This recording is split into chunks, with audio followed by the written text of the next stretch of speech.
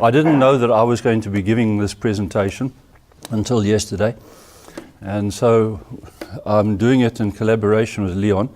And what we're going to do is that I'm going to talk for a while. Leon's just doing some final things. Then Leon can talk, and then after that we'll have an open-ended question session, because I think there's going to be quite a lot of questions. So I'm just going to talk off the cuff at the moment on a number of things to try and give you a background. Between me and Leon on this topic now, Leon's come into it relatively recently in the past year or so. Well, he's been very much aware for many years now, me talking to him, but he's thrown his weight in quite a lot over the past year. I, of course, have been involved for many years. So between the two of us, we can talk for about 5 hours without any trouble. So it's a case of stopping us rather than, I think, keeping us going. So feel free to ask any questions, and let's get a conversation going afterwards. I'll start off by just mentioning geography. It's interesting to note, just out of interest, that Africa is larger than the United States, China, India, and Europe added together. It's hard to believe, but it is the case. South Africa is about the same size as the whole of Western Europe. When I gave a talk in London some time ago, I wanted to come up with some diagrams to illustrate to them, and I surprised myself when I started to discover these figures. I so couldn't believe it when I did the maths on the pocket calculator that I went and got my globe out and a piece of string to convince myself I wasn't slipping zero somewhere, and it's actually correct. The distance between Pretoria and Cape Town is the same distance as Rome to London. A while ago, a couple of years back, I used to do a weekly radio show on the BBC from South Africa on technology from South Africa. And there was a girl in London who would phone me every week, and she and I would chat for a few minutes, and they'd use the chatting to get the voice levels right and so on. And one of our standard jokes was the weather, because she'd always phone up and say, "What's it like in Pretoria?" I'd say, "Sunny, beautiful there." "No, it's raining, wet." And that was usually the conversation until we heard the engineer shouting, "Okay, we've got it," and then we could swap over. And what would happen is that I beforehand would send about 4 topics. And I said, "Look, I'm going to talk on these," and they do this thing that you hear on radio. They say, "Oh, hello, I believe that last week they discovered a new fossil." I said, yes, now that you mention that. And then I'd explain it and so on, which was the topic that I'd given in advance. And the one time I sent through the topic, and the topic was, South Africa's just opened a new fiber optic cable that runs from South Africa to London, and it's 17,000 kilometers long. And during the opening chat there, she said, "Oh, by the way, you've made a mistake in your calculations. The engineers say that figure is impossible." And I immediately felt guilty, because I hate to make mistakes in those things. I always check and double check and triple check. And she said, "It's impossible to have a cable 17,000 kilometers long." But it turned out I was right, because she said, "Look, it's not even that distance from London to Moscow. How can you have a cable 17,000? Now, in fact, the cable goes from Matuba on the KwaZulu-Natal coast, up the west coast, up the east coast of Africa, through the Persian Gulf, goes like that right across the Mediterranean, comes out in Spain, goes up through Spain, and ends up in London. And that's a fiber optic cable about as thick as your finger. I've got a piece of it in my office, and it takes thousands and thousands of phone calls, and we did that. Something that still amazes me now, that there's a ship that's invariably anchored in Cape Town Harbour that goes out and fixes brakes. Every so often the cable breaks, and the thing goes out, and somehow they pick these two things up. I've been invited to go aboard the ship many times to have a look, and I'm just never available when it's available, and vice versa. I still want to go and see. Somehow they go down to the bottom of the ocean, catch this cable, bring it to the top, and connect it with a fiber optic connector, and this they're doing on a regular basis. And I find that an astounding piece of technology to do that. My point is that the magnitude of the numbers in that we think of here are completely different to Europe. And so I've learned in many projects, things I've been involved with, don't look at the Germans, the French, the British, the Dutch, the Belgians, anybody to say, because they did it, it must be right. And nearly always it isn't in our circumstances. Now, as far as this geography is concerned, South Africa is the same size as the whole of Western Europe. All our coal is in Mpumalanga and northern KwaZulu-Natal. Now visualize a triangle standing on its apex, and all our coal sits up here in the top right-hand vertex of the triangle. Coal supplies by far the biggest part of South Africa's electricity. We're one of the countries in the world that has coal. We tend to forget that this isn't common. Like across Africa, By far the majority of the countries in Africa don't have coal, gas, oil. They've got nothing. And so what they do is they use hydro. I gave a presentation a few years ago to a number of African countries. And during the course of the discussion, I think I started mentioning the hydro.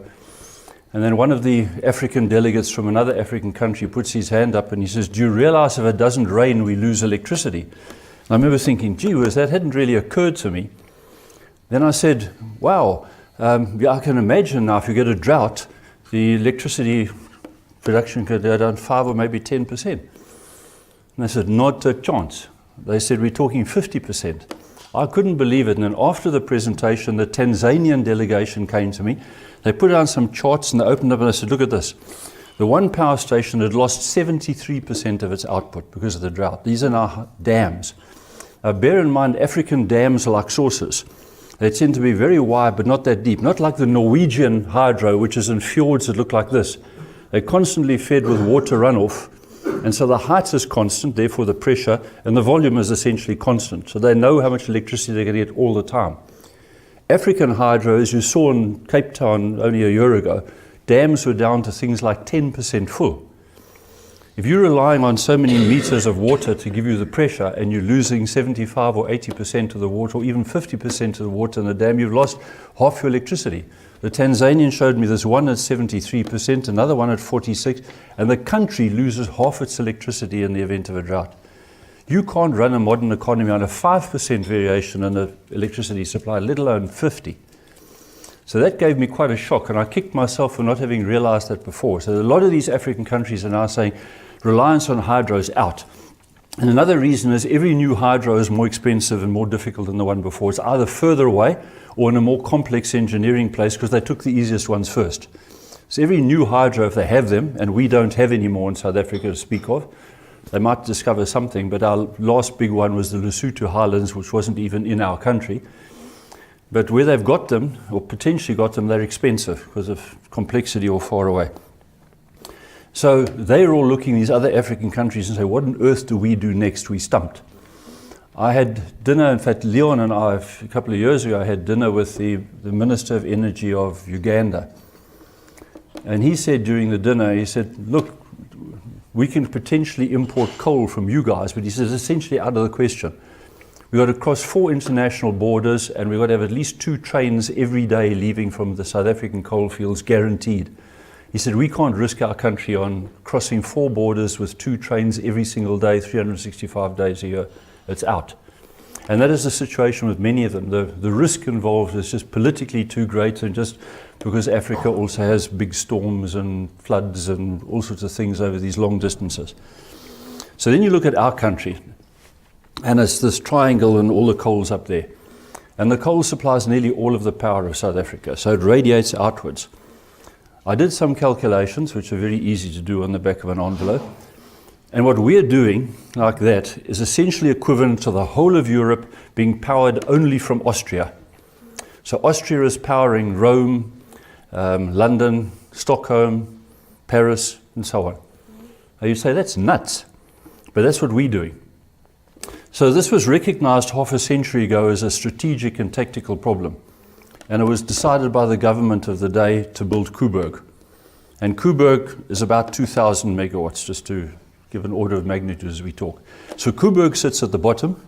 What the big nuclear power stations need is water. That's water cooling. The water doesn't go anywhere near anything radioactive. It's like the radiator of your car. It doesn't go through the engine of the car. It goes through a radiator circuit. That's what happens with a nuclear reactor.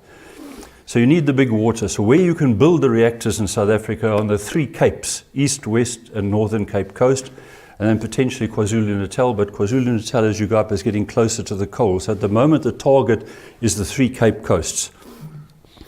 So geographically now, we've got to start pushing electricity into the system from the bottom up. I actually watched some TV last night as I was getting ready for bed, and they showed past President Motlanthe there going into Zimbabwe now to do, he's running some commission or something in Zimbabwe looking into the economy. When Motlanthe was deputy president, he was also the head of what was then it was the nuclear committee at the time, and I used to have regular dealings with him in that role. And one day I sat and I drew this picture. I said, look, Deputy President, I said, look at this. And I A4 pad and I quickly drew what I've just told you. I said, that's the snag. And he said, wow, that's what a politician needs to know. He said, we never realized that all our electricity. I said, yes, if something cuts the power lines here, half of the country's gone. And he said, no, that's serious. And these are the type of pictures that people don't realize initially. All right, we've got more than one route, but basically there's a major trunk that goes from the coal fields down to the Cape like this. When we had those blackouts of a number of years ago, what happened is we lost the power there. We couldn't push enough power down the line to power the Cape. They were pushing power through Bloemfontein, through the back door and things like this.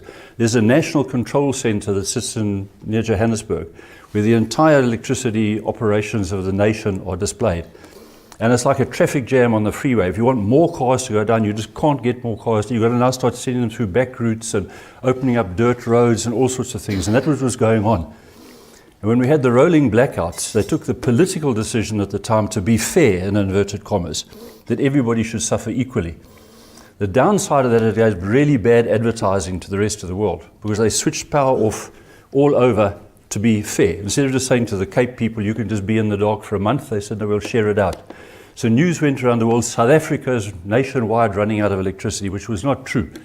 You know, the country was a bit short, but not as bad as the image looked, as if the whole country was just shutting down. But they just couldn't pull enough power through the power line, so they had to sort of share it around like this at the time. And that's what's going on. So our first thing now is we've got to push electricity into the system from the bottom up. So how on earth are we going to do that? Now let me tell you now the plan and some of the politics and stuff around all of this saga. The decision was taken in probably about 1945, 1946 or something like that, for South Africa to start getting into nuclear. There's an interesting bit of history that I only discovered recently. But you know, Jan Smuts was a great confidant of Churchill. Interestingly, in North Africa, when the British Army wasn't featuring against Rommel in North Africa, Churchill approached Smuts. And Churchill asked Smuts if he would take over as commanding general of the British Army in North Africa. And Smuts said to Churchill, are you out of your mind? The Boere will kill me back home if they find me being in command of the British Army. He said, yeah, but you know how to fight in dry conditions like that. He said, us British don't. We don't know how to fight in North Africa. He said, you guys rode around with the commandos over the dryness of Africa, South Africa, long ranges. You can do that. So Smuts said, no, I couldn't take the flak back home. So then Churchill said to him, you pick the commanding officer of North Africa. And Smuts picked Montgomery. Later, Churchill offered Smuts, asked him if he'd be temporary prime minister for the whole of the UK during the war. That's also not known, because he had to go to Canada for a number of months. And he said, if you think the Boere would jump on me for being, that's out, you see. But anyway, he became a great confidant. And the interesting little thing that I discovered just the other day, which was most interesting, in 1944, middle of 1944, Smuts was in London, and Churchill sent him a message, would he mind coming to a terribly important presentation? And Smuts pitched up at the presentation, and he found that him and Churchill were the only people in the room. And Churchill said, well, you're about to get an interesting presentation. And in walked Niels Bohr, the famous Danish physicist who developed the Bohr atom and so on. And he said to Smuts, you're now about to get a one-man lecture from Niels Bohr. And Niels Bohr told him all about the nuclear weapons program in the United States. So South Africa became the first country in the world to be informed of the nuclear weapons program, over and above the US and Britain that were in the thing at the time. And they also said to Smuts, there's something we really, really need. I said, what's that? He said, there's this stuff called uranium and you guys are throwing it away. And we don't have any. I said, can we have your uranium? And we were throwing it away because the uranium was coming out with the gold mines and we were putting it into the tailings dams. And they said, look, this is the stuff that makes the bomb go bang. So Smuts was aware of the value of the uranium. They put together a thing called the Maud Committee, M-A-U-D, and the Maud Committee was tasked with finding uranium. They had the South African uranium, and they also had uranium in the Congo, which at the time was the Belgian Congo, which was occupied by the Germans. And that worried them even more, that there was uranium in the Congo, and the Germans also knew the fundamentals of the nuclear and could have been building a nuclear weapon. So that was really scary. So they had to grab the South African uranium, and they got that agreement from Smuts then. So when the bomb went off over Hiroshima in 1945, Smuts realized full well exactly what it was that they were talking about a year earlier, that why they needed this stuff called uranium. So he came back to South Africa and said, man, this stuff uranium has got serious future. And the NECSA, which is the South African Nuclear Energy Corporation, of which I'm currently chairman, is 70 years old this year. We became, as far as I know, the third oldest nuclear authority in the world. The AEC of the United States was founded in 1946, the British soon after, and then we were founded in 1948 by an act of parliament. And at some stage I was standing up on some stadium, some stage somewhere, and the head of the Russian delegation stood up and proudly said, "We are 65 years old this year." And everybody gave a clap and he bragged, and I stood up and I said, "Congratulations, we are 67 years old this year." And it felt good to do that. We predate the Russians, the Germans, the French, the Japanese, everybody else. We're older than them in this business. So they were well aware of that. So the government announced plans to build nuclear reactors in South Africa in the 1960s. If you look it up, you'll find the 1960s that we're going to build nuclear reactors, we're going to become world exporters of uranium, and all these policies, they didn't then realize the magnitude of what was going to occur, but it could have been done, I think, because the early reactors were simple things in comparison to what happened later in life. So the history of South Africa being involved in nuclear ambitions goes right back to probably 1944, 45 or something when Smuts knew, and certainly 48 when they created what is today NECSA. So then we got to 50 years ago, half a century ago, and this geographic thing that I've mentioned to you was people became aware of it. When I grew up in Durban we had the Umgeni power station, which was in the Umgeni area down by the harbour. That was a coal-fired power station. At that stage there was the one in Cape Town, where they blew up the cooling towers a year or two ago. What is the name of that one? Okay. There were Kelvin power station in Johannesburg still running. At the time what they did is they put the power stations near where you needed the electricity. I thought that was logical. If you want electricity in Durban, put a power station in Durban. If you want electricity in Cape Town, put the Cape Town power station. But it meant you had to lug the coal all the way there. Then some bright spark a few years later, his name is lost in the history of time. I've tried to find out whoever said this. Nobody knows, but somebody said, "Oh, it's easier to move the electricity long distances than the coal." So they say, why put a power station in Durban when you can put a power station on top of the coal mine in Mpumalanga? And we said, that's a good idea. So they then started to build all South Africa's big, giant coal-fired power stations in Mpumalanga and the top end of KZN, and that's why it's like that today. Also, incidentally, the power stations had these cooling towers, which have water in them, numbers of them. I've been inside those things. You can walk around. I've walked around inside one of those cooling towers wearing a suit when the thing's going full ball, or that the vapor's shooting out the top. You can actually walk around inside with a suit on.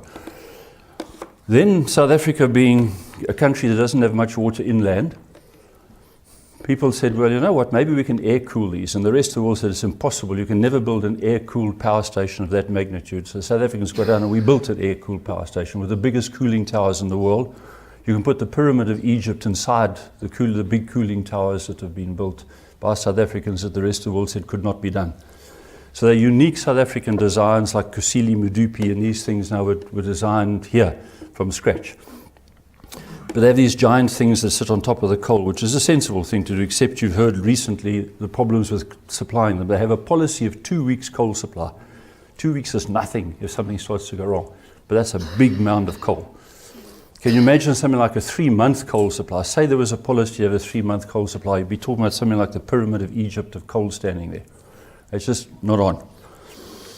So they realized half a century ago you got to do something else, and they built Kuberg. Took the decision. Now look, think of the courage it took then. We didn't have a coal fire, we didn't have a nuclear power station. Although we'd been in nuclear since 1948, we hadn't been involved in that. The government of the day took the decision and they built Kuberg. Kuberg's a French design.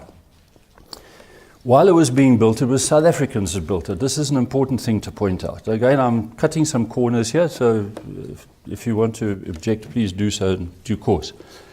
Clearly, when we built the French power station, there were French engineers talking to the South African engineers, but there weren't Frenchmen pushing the wheelbarrows, pouring the concrete with shovels in their hand, digging holes. It was done by South Africans. So our guys looked at that, believe it or not, and there's a few people that are alive today that worked on the site of Kuberg, and there's 2 guys that I know of that actually did that, and I've sat on numbers of occasions and talked to them about it. When they built the foundations, they cleared the sand off the beach, and they even used vacuum cleaners to suck the sand out between the rock crevices. So when they poured the concrete in, there was a totally perfect bond between the concrete and the rock crevice. That you wouldn't do for a hotel or something, but they did it there.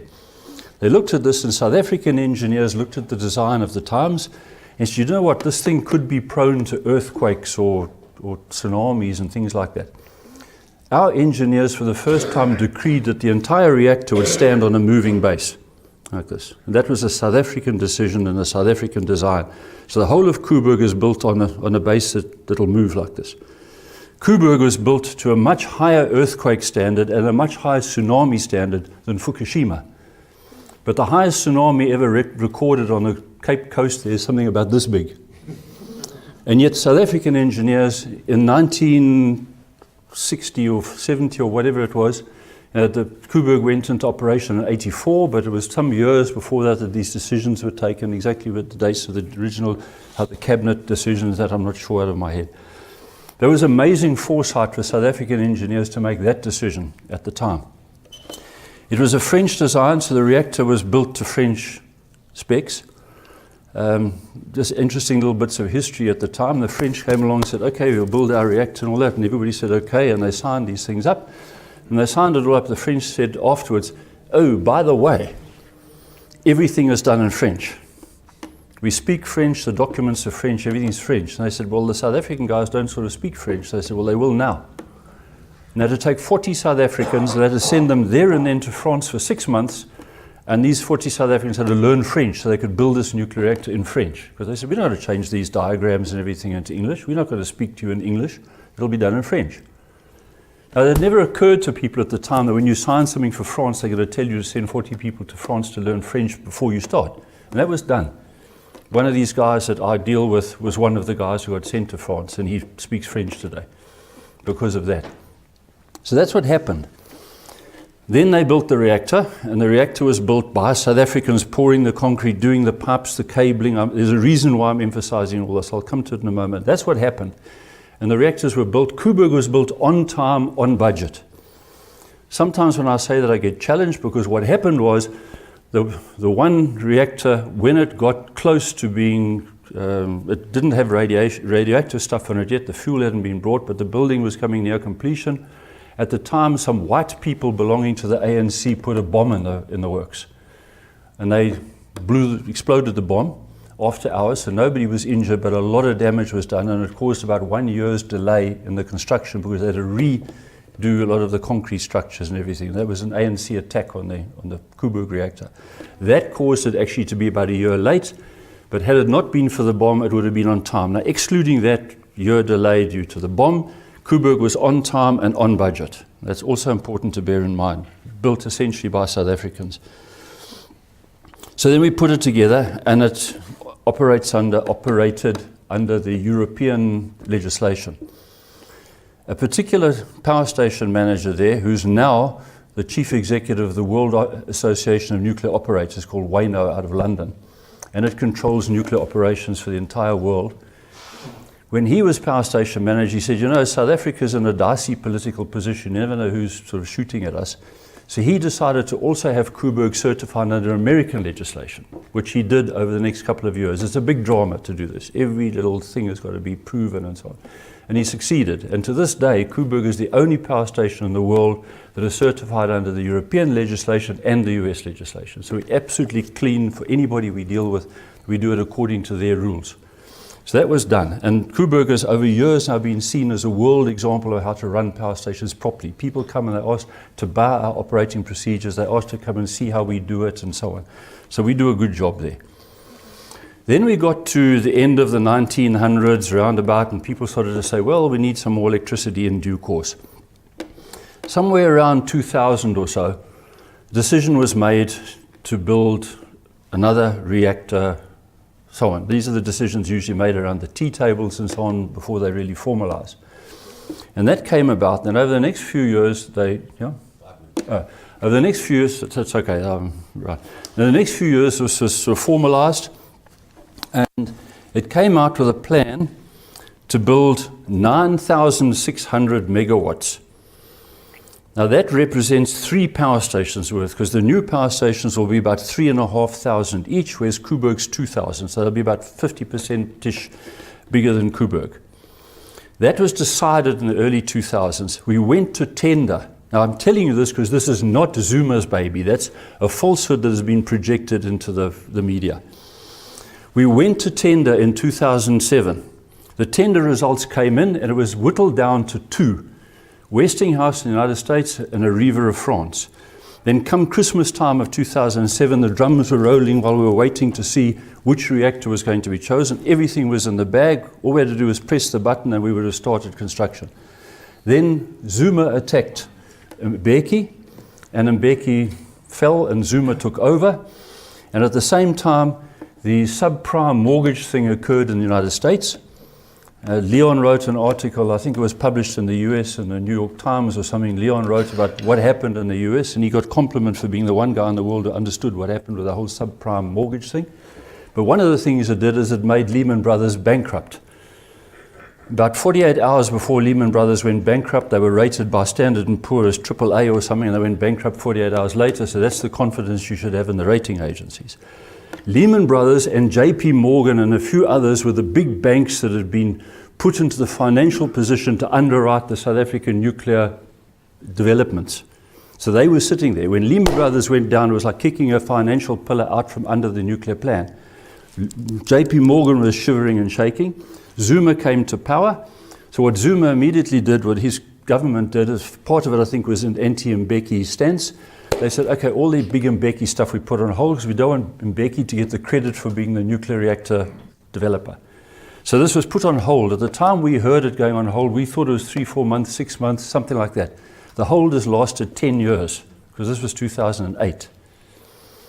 Then the story started to come about. This whole nuclear thing is Zuma's baby and he's pushing it, and this is bunk. This was all decided by the nuclear specialists, by the financial specialists, the economists. Big teams of people decided all of this at the time.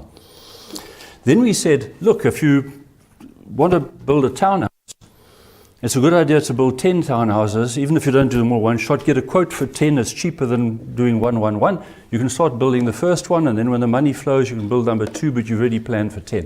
So I said, let's plan for 9,600, which is 3 power stations. And let's ask for a quote on 3, and we build the 3 sequentially over a 10 to 15 year period. And we ask for a discount because we're building 3 of the same type. And that was known as the fleet approach. What we also did at the time, we said, okay, we want localization, so we have a target of 50% localization. And the target of 50% localization said that's what we're going to strive for. Kuberg got 43% and the target was 0. They didn't even try, but afterwards they looked at it and it was 43. It means South Africans poured the concrete, South Africans dug the holes, South Africans put the pipes in, the cabling, the air conditioning, the electronic controls, all that was done by South Africans. You wouldn't have Frenchmen coming in here digging holes and pouring concrete. So 50% was the target. Certain foreign people said to me, why do you stop at 50? Why don't you have at least a respectable number like 65? But 50 we thought that was okay. Then we also developed a concept at the time, it said South African Nuclear Inc., Inc. as incorporated. If we're going to be building pumps and valves and that for about 9 nuclear reactors, we might as well go bigger than that and export them and earn export earnings and discount it off what it's going to cost us to build a reactor. So a platform was created called SA Nuclear Inc. to get nuclear companies going for export. Nexa became qualified under what's called ASME 3, as American Society of Mechanical Engineers Classification 3, which is the nuclear fabrication. We also what's known as the N stamp, which means we are worldwide certified to design and build nuclear assemblies. And we've been building reactor parts for the Russians, for example, and exporting to Russia. We build parts for Korean nuclear reactors. We export to Korea. We do all that. We're the only company in Africa that has that ASME 3 and the N stamp. That was set up as part of this worldwide export into the nuclear business. And that's the case today. So then we went out and said, okay, let's start to go now for tender for what would these guys quote for 3 reactors and 3 power stations in sequence, and each power station can have either 2 or 3 reactors per site. And that would be a decision to what you want to do. I would favor 3, because if you've got 3 and you switch one off for refueling, you've got 2/3 still going. And Kuberg refueling takes place on each reactor every 18 months. So every 18 months, the power station manager knows he's got to schedule a period of shutdown for the refueling, and that he's got some latitude over some months to shift that around so it fits in with school holidays and things like that. And then one reactor's down for refueling, and so 50% of your power's gone. It's better over our long distance to have only 1/3 missing, so I would favor 3 reactors per site, but that's just a decision that one takes economically / financially / politically. So the story that came out, there's R1 trillion, is complete nonsense. Nobody ever said R1 trillion in authority. That's derived from Huisgenoot and you and Fair Lady and respected journals like that. So this came now as one of the attack points in the newspapers. You're indicating my time is up. My deal with Leon is Leon must just tell me when he's ready. And okay, then I've got a couple of moments and I'll stop here. Yeah, I will do that. We'll try and give as much time for questions. So what South Africa did during all this period, going back to whenever, is we looked along the coast and we picked a whole number of sites. Around the 3 capes, there's 5 sites that have been chosen and bought and identified as nuclear sites. The closest one to here is the one by Port Elizabeth or Oyster Bay called Taspunt. Then there's one down at the bottom. Then there's one at Kuberg, and then there's 2 on the Northern Cape coast, and there's a couple on the KwaZulu-Natal coast as well. But the 5 in the Capes are identified, bought, and work has started on them. 2 of them, their environmental impact assessments are complete. That's the PE one, the Taspunt one, and the Cape Town one. They have both been completed. The Cape Town one now has been authorised by the government for immediate building can take place. I would like the Cabinet to say okay for the Taspunt one as well. That's just a political decision to say yes. So that's where we stand. There's a few other things here which I'll reserve till later. I'll let Leon talk. Leon's been drawn in over some time now, over beers and over various things and so on, because one of the issues that came out was this cost thing and economics and so on. And I must say that a lot of this has been deliberately distorted by the anti-nuclear lobby. From the nuclear perspective, we say coal from the top, nuclear from the south, and wind and solar dotted around where appropriate for particular actions, because they're inherently intermittent. Nuclear, when you get nuclear coming out, is dead flat like that. You get so many volts, so much power, just steady like that, until you intentionally turn off, and then it'll go down for a controlled period and up again, which you know about, so therefore you'll compensate, but it's just like this. Solar, you get this every day. Every lunchtime you've got solar, and every night time you haven't got any, and the wind is doing this. The wind is whenever the wind blows. The ideal is flat. So to have a flat electricity supply, so you just know if you turn the lights on or you're running motors in some big factory, you want to just to sit and purr like that. So once you've got the wind doing this, the sun doing this, you combine those two and you've got to turn that, what looks like the Alps, you've got to turn it to flat to look like Table Mountain. I say how you turn that into flat is you put gas in between. So you've got to import loads of gas from somewhere unknown at some unknown price for some unknown length of time to turn all this stuff into flat. And that's what the anti-nuclear lobby project. And you say, but that's insanity. Why deliberately put shark's teeth in there where what you actually want is a dead flat line? And you fill in between the shark's teeth with all the gas. And this has now ended up in a big fight because there's a lot of foreign vested interests in selling us the wind and the solar because we are buying it at billions. We've spent 256, I think it is, billion rand so far. As much as the entire first nuclear power station would cost has been spent on the wind and solar so far to give us very little intermittent, unreliable power. And the last few days in Parliament, there's been the hearings on the IRP. The IRP is the Integrated Resource Plan. What are we going to do for the future? There's more hearings in Parliament next week, and Leon and various others have been drawn into that type of thing. So let Leon talk some now, and then we'll carry on afterwards. You want to take questions now? I don't mind. Take questions now. Okay, let's do a few questions now, but I'll come back afterwards, so you needn't do all my questions now. I recently listened to Chris Yellen, who's the publisher of EE Publishing. Yes. You may know, other people don't know, EE publishes engineering magazines. He said that 10 years ago, nuclear was cost effective, but that is no longer the case. Right, nuclear is now more expensive than renewables, coal, gas, anything else. I know your position, I completely disagree with it.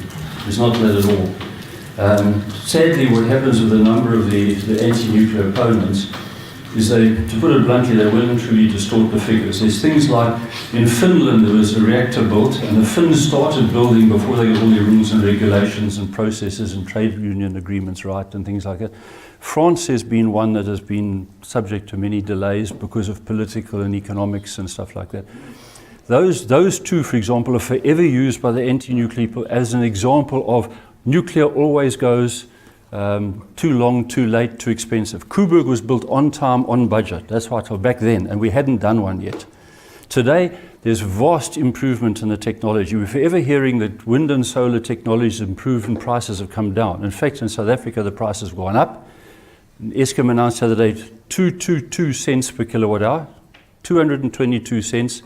Last year was 188 for wind and solar. Kuberg is 37. Okay. All wind and solar to date has been bought by Eskom at a loss. Everything. And we're paying for it in electricity price. Kuberg has got another 30 years of life to go. And it's the cheapest electricity in the country. See, Andrew, if you want to comment? Just to add to that, this thing about, as you see in IRP, solar and wind being the least cost is absolute rubbish. It's the greatest cost of all. Solar and wind has provided South Africa up to now with the most expensive electricity in South African history and the worst. So first of all, you pay a very, very high price, and then on top of that, there's huge costs to do what you're saying, the fact that there's two costs. What Eskom has, the price is very high, and then the huge extra costs of making it usable. And this applies all around the world, everywhere around the world. The more solar and wind they have on the grid, the higher the final cost of electricity, without exception. Germany shut down nuclear, moved to solar, the prices went up. In South Australia, they did exactly what the CSR recommends. Solar, wind, plus a flexible energy, which is gas, and they got lots of it. The result was prices went into the stratosphere, unbelievably high, 2 national blackouts.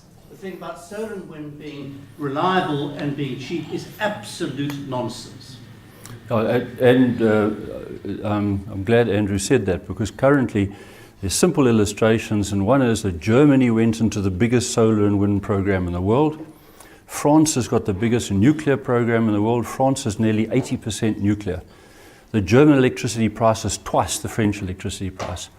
The Germans produce more than 3 times the carbon dioxide output of France, and yet the whole renewable energy thing was brought in to save the carbon dioxide. It's completely backfired on them. And as Andrew says, there's nowhere in the world where it's actually worked, even though people claim that it is the case. It just doesn't. And also, as Andrew indicated, there's a whole lot of cost that is left out. And that is when you have the solar and wind at night, there's no solar. It's amazing how many people don't realize that. When you say to people, the sun doesn't shine at night, they say, but something has been done about it. You say, yes, what happens is at night you switch over to the coal-fired power station, which means you have an adequate supply of the coal-fired power station essentially running an idle. So when the clouds go over or it rains over a solar panel, you can switch that on. Now the standby of having that whole operation and standby is not costed into the solar and wind when they claim in the newspapers that it's cheap. And there's numbers of other expenses, the cabling and the connections and all sorts of things. They say, no, that's not our fee, that's Eskom's baby. Eskom then spends extra money on all this integration, which is not costed into the solar and wind cost. And it's just plain dishonest, to put it bluntly. At the back there. Thank you.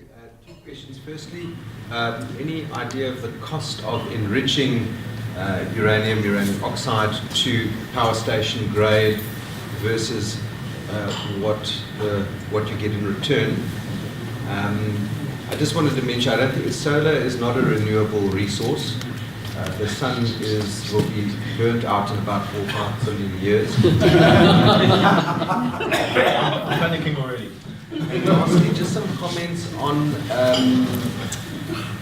technology improvements. I've seen improvements in solar panels, battery storage, they improving by 6-7% per annum. Will there be a point at which the storage of power actually becomes viable?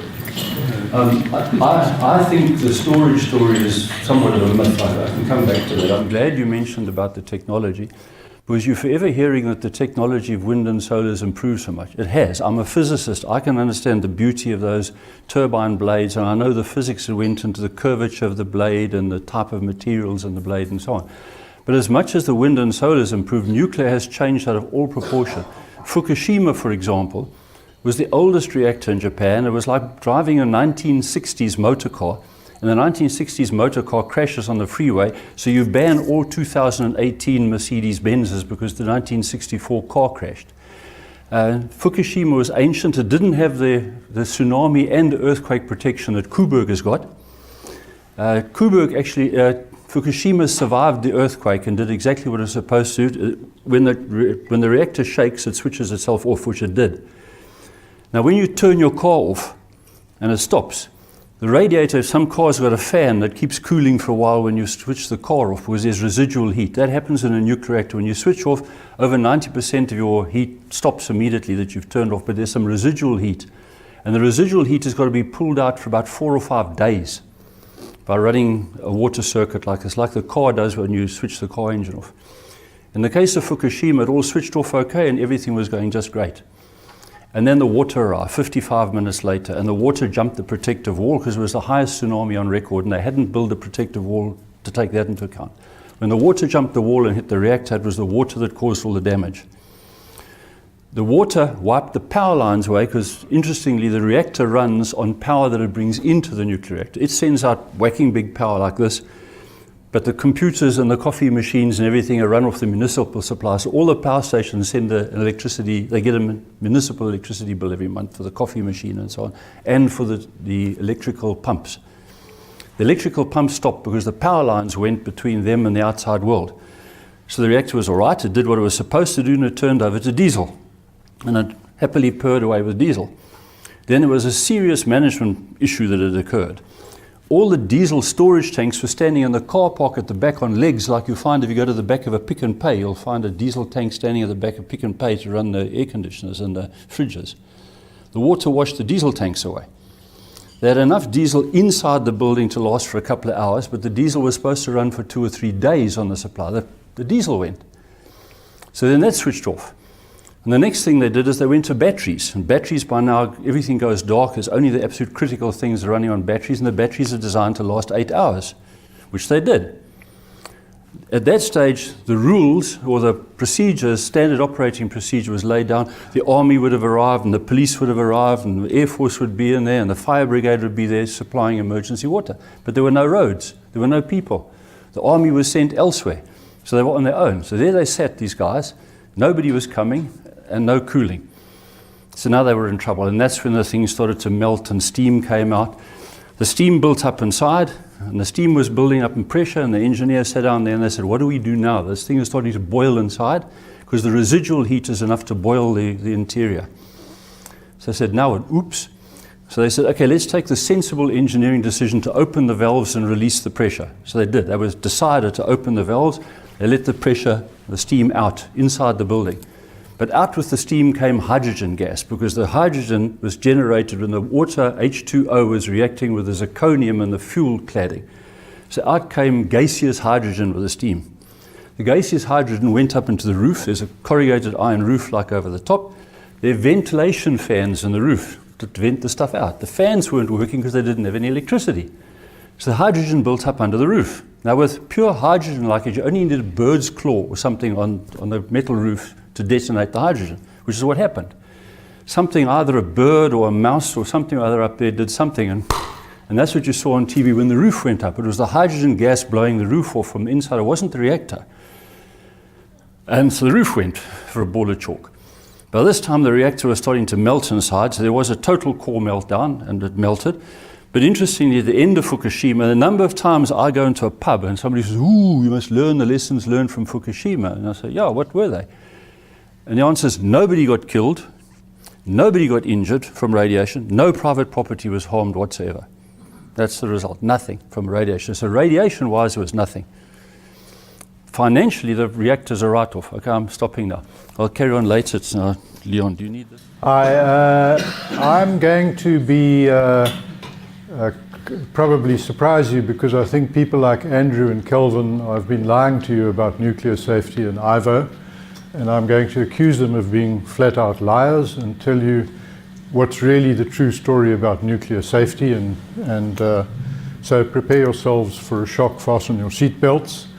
And I'm also going to unapologetically be quite radical. For example, I'm going to say I think Chernobyl was a good idea. I think Chernobyl should have happened, and it's a benefit, not a disadvantage. So I'm not going to be my usual boring, dull, orthodox self. I'm going to say a few unusual things. So what I'm going to do is say about the denialism of people like Andrew and Kelvin, about what really happened at Fukushima, Nagasaki, 3 Mile Island and others. For what it's worth, there have been about 100 nuclear accidents and incidents. They're very, very common. These people pretend they're very rare, and they're only very few. And there have been over 100, or about, it's actually 99 to be precise, in the history of nuclear. And they lie to you about safety. It's actually quite shocking how the nuclear vested interests have been dishonest towards us. So I'm going to give you the truth about nuclear safety, and it is as follows. Firstly, the proposition I'm going to make is that nuclear is by far the safest, cleanest, greenest, cheapest, and most renewable, sustainable, reliable, and environmentally friendly source of energy. And the lie they've been telling is to say that it's actually dangerous and they know how to make it safe. It's inherently incredibly safe, much safer than the nuclear physicists and scientists have been saying. And if you're wondering why I think Chernobyl was a good idea, most people here will understand the simple economics principle of trade-offs. There's a legitimate trade-off between risk and cost, and the cost of avoiding Chernobyls is completely excessive and unreasonable, and there should in fact be an occasional Chernobyl. That is an efficient way to generate energy, and if we have an occasional Chernobyl, the so-called black swan, to use that new trendy term, then it will still be many fewer deaths, many fewer casualties, many fewer accidents than are caused by every other form of energy, including wind and solar and hydro. So the green and supposedly safe forms of energy kill more people than having an occasional Chernobyl would do. And if you really want to know how these people have been lying to you, if you add in the bombs, never mind energy, you add in Hiroshima and Nagasaki, you have 850 premature deaths caused by nuclear radiation in world history, which is less than the number of people killed up to now building and erecting and maintaining windmills on wind farms. Okay, so if you add Nagasaki and Hiroshima, you still have fewer radiation deaths than are caused by building a wind farm. So this is the data I'm going to give you. So it's by far the best form of grid energy by a gigantic margin. It's not even like tight. It's not even debatable. It's so immensely safer and better and greener and more environmentally friendly as to be almost beyond imagining. So we're going to go into some of that. My proposition is that nuclear also provides other stuff that is almost never spoken of: nuclear medicine, irradiation of foodstuffs and other stuff, sterilization, desalination of seawater. In fact, Kuberg could have supplied some water for Cape Town from its existing desalination plant, and relative ease could desalinate enough so there'll never be another water shortage again. Of course, defense. Defense is the controversial one, but nonetheless, defense, a so-called deterrent of having nuclear power, is a good thing. If you're defending good things, then defense is good. So nuclear does that. Obviously, you don't want what we would consider bad things to be in the hands of nuclear people, nuclear power. So the background in which I do this presentation is that nuclear safety assumes a thing called LNT, linear no threshold hypothesis. I'm going to go into that and tell you why, and that's going to be a major part of what follows. What's wrong with the hypothesis about how safe or dangerous nuclear is. In other words, what radiation does. is defined by a thing called LNT, the linear no threshold hypothesis.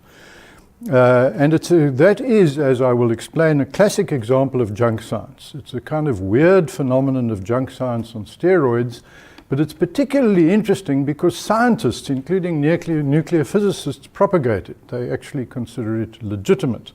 So who am I, Leon Louw, to call this junk science? Well, we'll see in a moment.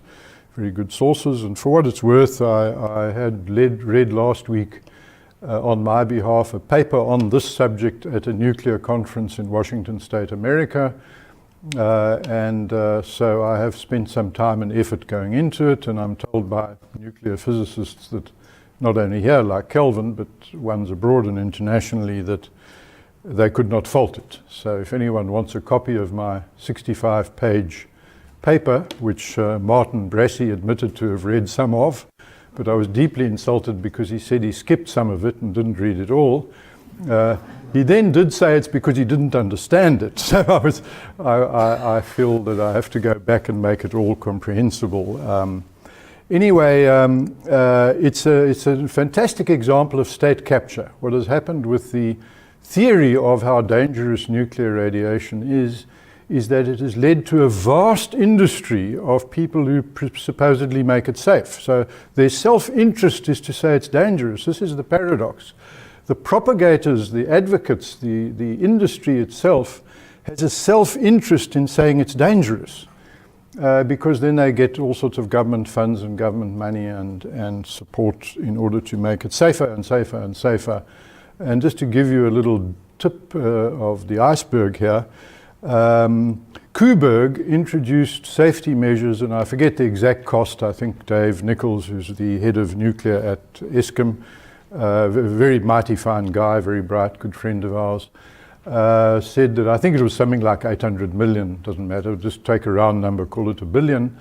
But what I did is I asked him, how many lives is that saved? What are the probability of a life being saved by this added safety to Kuberg from the so-called lessons they've learned from Fukushima?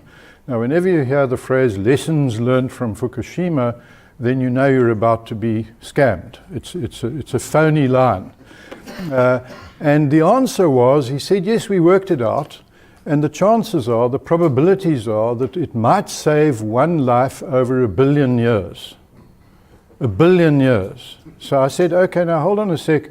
If we'd invested that billion, call it 1 billion, a few 100 million, if we'd invested that in a pediatric unit at a hospital, how many lives would it save? If we'd invested that in increased safety in any other context of life, how many lives would it save? And I asked some road engineers at one of the biggest civil engineering companies in the world, actually, Overup, Terry Markman, also a friend of ours, asked him, if I gave you R1 billion and I said to you, improve road safety, you can do anything you like, paint new lines, improve an intersection, put up robots, whatever you think would improve road safety, how many lives would you save with R1 billion? He spoke to his colleagues and they came back and they said probably about 14 lives per year. In other words, 14 less road fatalities in a year if they had R1 billion to spend on road safety. So what we have done is 14 lives every single year. 14 people are being slaughtered annually for Kuberg having improved safety from the so-called lessons learned from Fukushima.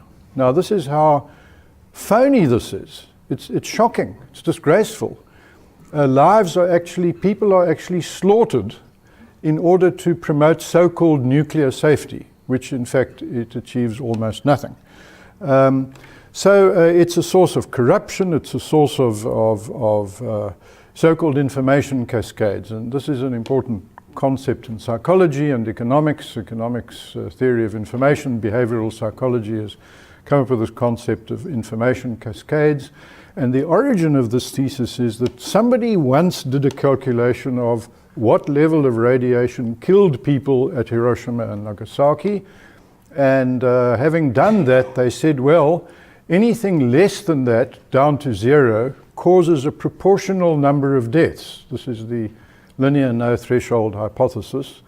And somebody said that once, and ever since then, all the experts, the nuclear physicists and scientists and health experts and so on, have all just repeated this, and it's what's called in behavioral economics information cascade, or so-called herding behavior. This is people like Daniel Kahneman and other words have come up with these theories. So that's how we get to be sitting here today with a hypothesis, a simple line drawn on a probably a napkin in a restaurant somewhere, has now become considered to be genuine science in the world. And it's also the availability heuristic. So when Kelvin goes and studies nuclear physics at university, everyone just says there's LNT, that's it. And it just gets absorbed. Everyone knows. After all the experts have said this for all these years. Nobody says, but where did it start? Who first said it? What's the science behind it? It just becomes some kind of article of faith. So the availability heuristic makes it happen, and then there's the issue of confirmation bias. Is people then seek information that supports what they believe. Now there is some genuine science and some seriously published scholarly papers that appear to support the linear non-threshold hypothesis, and I haven't got time obviously to go into those, but I did. I spent many, many days and hours researching this stuff. So the LNT thing is that two main points to make. One is LNT is junk science, and I'm going to try and justify that. And the other is, more seriously, it's false economics. False economics says you want trade-offs. You want a trade-off between safety and cost, and what's the legitimate one? And if we apply the same level of life in society has value. Like every field of the world attaches a monetary price to a life. Now that sounds very callous, but it's true. So when a road intersection is being designed, they know in advance that if they designed it differently, if they spent another amount of money on it, it would save so many lives per year, so many fatal accidents. And I'm going to talk later on about the speed limit. When the speed limit is fixed, there are no number of casualties, fatal casualties there'll be. So when they decide on the speed limit, they decide to have it at 120, for example, they know how many people are being slaughtered in order to travel faster. If they wanted less people slaughtered, they would make it 50 kilometers per hour or whatever. And there's a calculation you can do. So the speed limit is set at a theoretical price per person's life. This is how everything, how much you spend on a hospital emergency unit or whatever, how many ambulances you have, you can all of this, how many police you have preventing murders and rapes. You know in advance how much you're willing to spend to prevent another rape or save another life or whatever. And this callous calculation is seldom done explicitly. So I'm going to talk about a few subsidiary things, if time permits. Is that energy is a predictor of prosperity, renewables are not green, with rational safety, nuclear is the safest, and I'm going to get to that. And even with zero safety, by the way, it's still the safest. Even if they did nothing, if they just produced power, it would still be actually about as safe as any other form of energy. If they had zero safety, but we'll get into that and what it would cost. So this here gives you an idea of prosperity and energy. It's the tightest correlation. Garth Zitzman would be fascinated in this as a matter of statistics that I've seen in social science. If you know of another one, then let us know. But it's pretty much a direct correlation. The quantity of energy and the level of prosperity, or GDP per capita, which is the measure used here, is an absolute precise fit. And this here gives you over a shorter period. That is over, going back to the 1800s, and this is over a shorter period going back to the 1960s. You can see how energy and GDP track almost precisely. I've never seen such a tight fit in social science before. This then is the LNT hypothesis. In 1956 or someone, it's on the Wikipedia LNT entry, which by the way is very good. It's actually, Wikipedia is often scoffed at, but it's a very, very sound, that particular entry is very sound. And basically somebody said, well, at 18 sieverts, 100% of the people will die from radiation fairly quickly. I mean, that's within days. And then there was a line just drawn down saying, well, at zero, and everything along the way, if you're there, then it's going to kill half as many people as there, or it'll kill.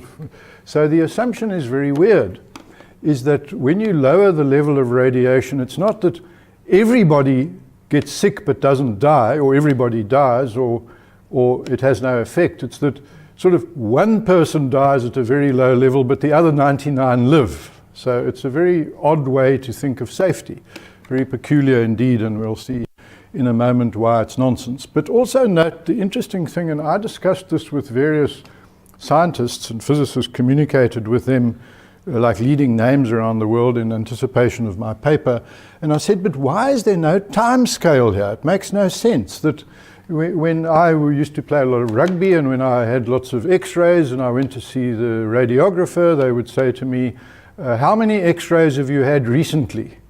On the assumption that if I had only a one or two or a few, it was safe to have another one or two, but if I'd had lots in the last month, they would say, well, you know, we must try and avoid x-rays, because x-rays cause cell damage, and the assumption is the cell damage recovers. So over time you'll recover from the damage, and therefore you mustn't have lots of x-rays soon after each other, but you can have them spread over time.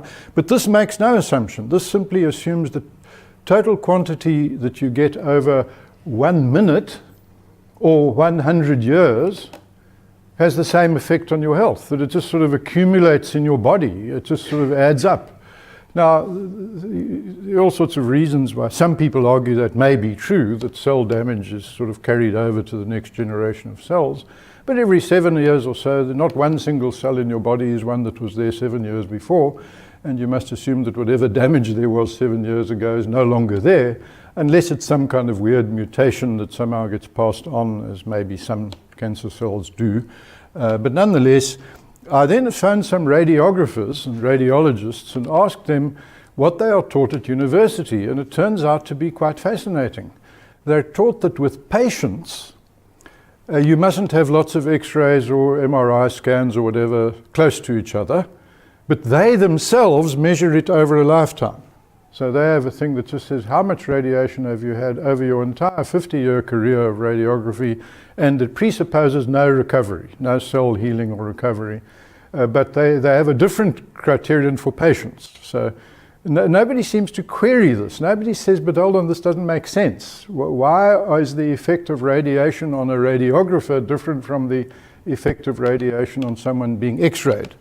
But nonetheless, this is the kind of nonsense you get in this field. It's quite fascinating. So there's this mindless herd behavior, ignores cost-benefit trade-offs. It assumes that safety is a free lunch. You can have safety at zero cost, as with, say, Kuberg. Nobody says, what's the price of making Fukushima safer, so-called third-generation reactors and so on. And shouldn't we actually go back to Chernobyl's without proper containment buildings, and aren't they actually worthwhile because you get cheaper electricity? And how does that compare to other areas of life or other sources of energy? How many people die mining coal, and how many people die from gas explosions, and so on. So when you start comparing them, LNT denies all sorts of stuff. I'm going to move on a bit. My view is that it should be lampooned. We should actually stop pretending to take it seriously, and people like Andrew and Kelvin and Ivo should stop pretending that there's a debate. They should say, this is ludicrous. This is like theories of the ether, or theories of that it was believed that cancers, ulcers, people still do. There's still doctors today who think ulcers are caused by stress and tension, whereas in fact it's a bacteria. And these beliefs get a grip on the world, the limits to growth. Some of you might remember the whole notion of overpopulation, and how that turned out to be just another one of these weird things that experts so-called believed. And then there was that whole thing about the doctors washing hands. The guy who said they should, I forget his name, probably Andrew remembers it, but he was lampooned and laughed at and told, doctors, how can you say doctors' hands are dirty? And then eventually it was proven, and then doctors learned that they should wash their hands. And bloodletting and leaching and so on. These are all myths that are equivalent to LNT. They are the same nonsense that has gripped the scientific community and intellectuals. Just something quickly about background radiation. Background radiation at Ramsar in Iran is 250 millisieverts constant, will they say, per year. Now, some issue in my mind as to why it's called per year, but nonetheless, the rate at 250. And in other words, it is way higher than the standard level of background radiation, and people in Ramsar have no increased radiation-related diseases or illness. And because of the LNT hypothesis, it has been suggested for a long time that everybody should be evacuated from the part of the town which has high background radiation, even though the medical research shows that they actually have lower rates of cancer on average, and they're perfectly happy and have no lower life expectancy than people living without that level of radiation. The maximum level of radiation allowed for radiographers cumulatively over their entire life, I think it's something below 50 millisieverts, it's 30 or whatever it is. Way, way, way below background radiation in a place like Johannesburg, or below background radiation in Denver or various parts of the world. So, and the background radiation idea has led to the theory of hormesis.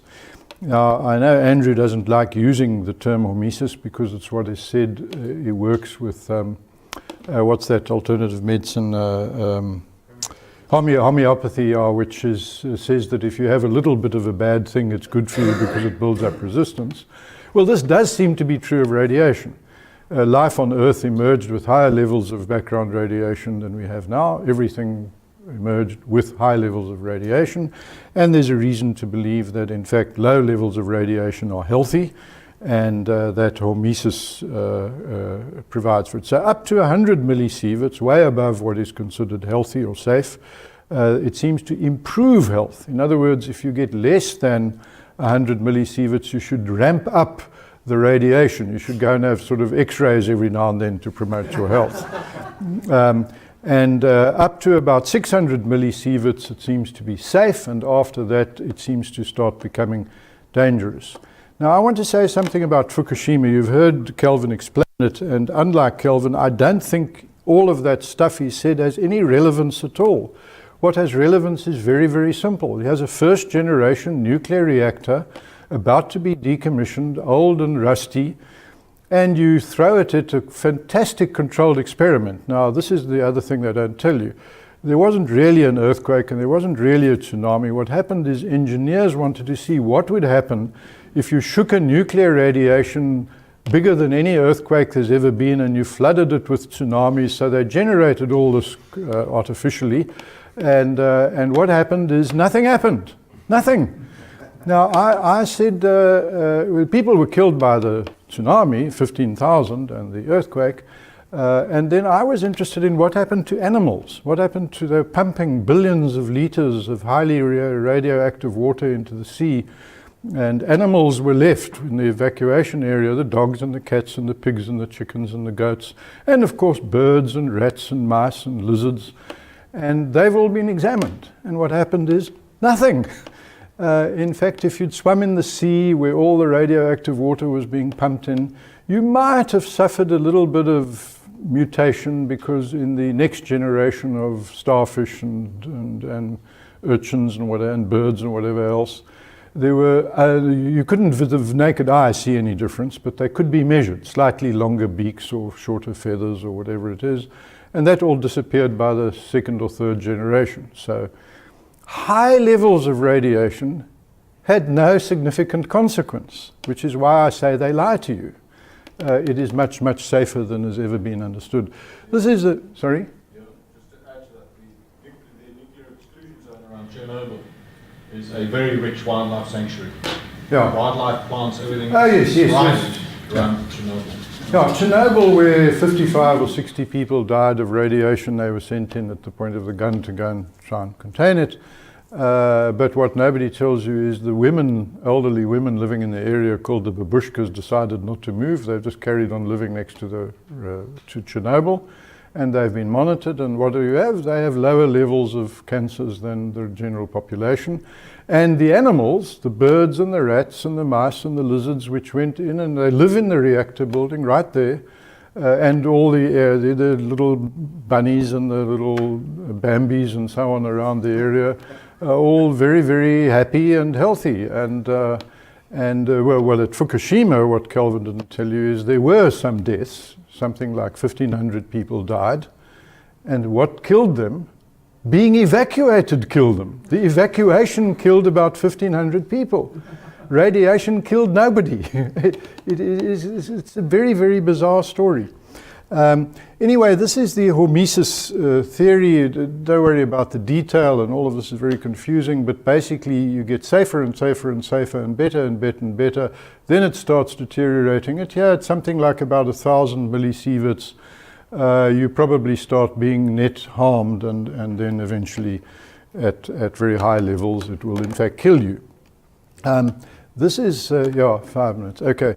This is quickly here to show you how nuclear compares with other things, and it's sort of gone off the bottom of the screen. That's odd. Oh dear, it's got to be there, otherwise life becomes... probably due to radiation. Oh dear. Okay, how do we... Control minus. Now it's gone even very funny because I don't know how to get this to come back on. There we are. Huh. Okay. What this shows, and I don't know why it's gone off the bottom of the screen, but it shows that solar and wind have something like this is per terawatt hours of power generated, the number of deaths related, coal being the highest, oil, gas, so on, solar. And right at the bottom here is nuclear for the same amount of power if you include Chernobyl. And if you make all sorts of negative assumptions, then you're looking at something like 9 versus 50 on wind. So just people maintaining wind power are likely to be more likely to be killed. This is what Kelvin was talking about, the wind and solar spikes. It's like a shark's teeth thing. And this here is then burning some or other fossil fuel or nuclear. But everything, the red, is what you have to do by some other means. In other words, wind and solar cannot be a source of power. They're a source of power provided you have other sources of power backing them up, ramping up and down. You can imagine when the wind suddenly stops blowing and then starts blowing, and some coal-fired power stations or gas turbines or whatever are churning them up and running them down, and that itself has all sorts of environmental and maintenance issues. This is a picture of what a solar farm looks like, and this is a picture of what a wind farm looks like. And please note this: every windmill has to have a maintenance road.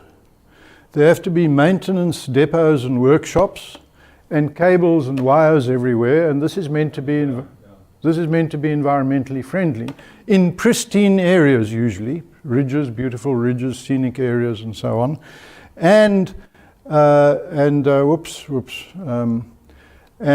So this is the so-called environmental friendliness of this. And two of South Africa's leading naturalists, John Ledger, who used to head up the Endangered Wildlife Trust, now a professor of environmental science at Wits, and Dave Rushworth, a well-known South African ornithologist in particular. He was the one who found that the Tater falcon was not, as was previously thought, was not in fact extinct. He'd identified it, and so on. So what we have is, and they have been doing studies which no one else in the world has bothered to do, on what the effect is of taking 25 or 30% of the wind out of the air. Now, if you imagine for millions of years the wind has been blowing at certain levels, and you suddenly reduce it by an efficient wind farm, say 30% gone, what is the consequence? And I asked them a very simple question. I said, please work out what would happen if there was zero wind on Earth, none. If it just got to null, what would the consequence be?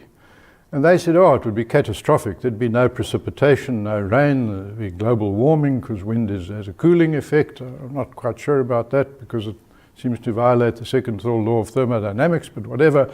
They said the consequences would be disastrous. pollen wouldn't blow around, butterflies and moths, seeds wouldn't be distributed, all sorts of consequences would happen. And so I said, okay, well, at 30%. And they said, well, it would change the rainfall patterns because there'd be less evaporation, and there would be, it would have unknown consequences for example, pollens and things. So the effect on nature has not been documented or calculated. And so if you're just a greenie, a bunny hugging greenie, you should say, hold on a sec, this is very worrisome. It's got nothing to do with whether you're a sort of techno junkie. And then there's some other renewable energy myths. For example, nuclear takes up essentially zero land, produces zero CO2. Fossil fuels have mining and land and CO2. The wind conundrum is 30% wind, has, as I say, all sorts of interesting and unknown effects, which are being worked out for us by John Ledger and Dave Rushworth. And the initial response is actually quite scary. They've got quite a fright. They just said, nobody's thought, what is the effect on birds that use wind? And will it change the way, farmers put up wind farms, great cost, windbreaks. They plant trees, they water them, they take up a lot of land, they're very costly.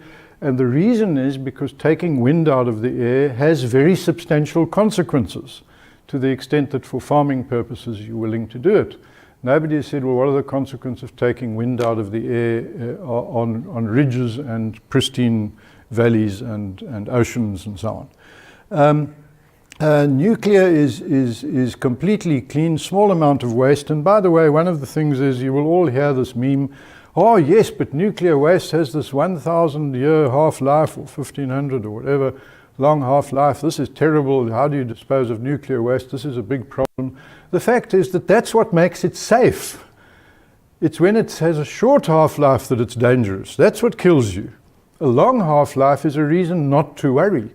You could have a meal of nuclear radiation with a 1,500-year half-life, and by the time it would cause any damage, it'll have passed through you. So you can gobble away at nuclear waste, and it won't. Anyway, it's not waste. It's actually energy, because it's just unspent fuel. But these are some of the myths.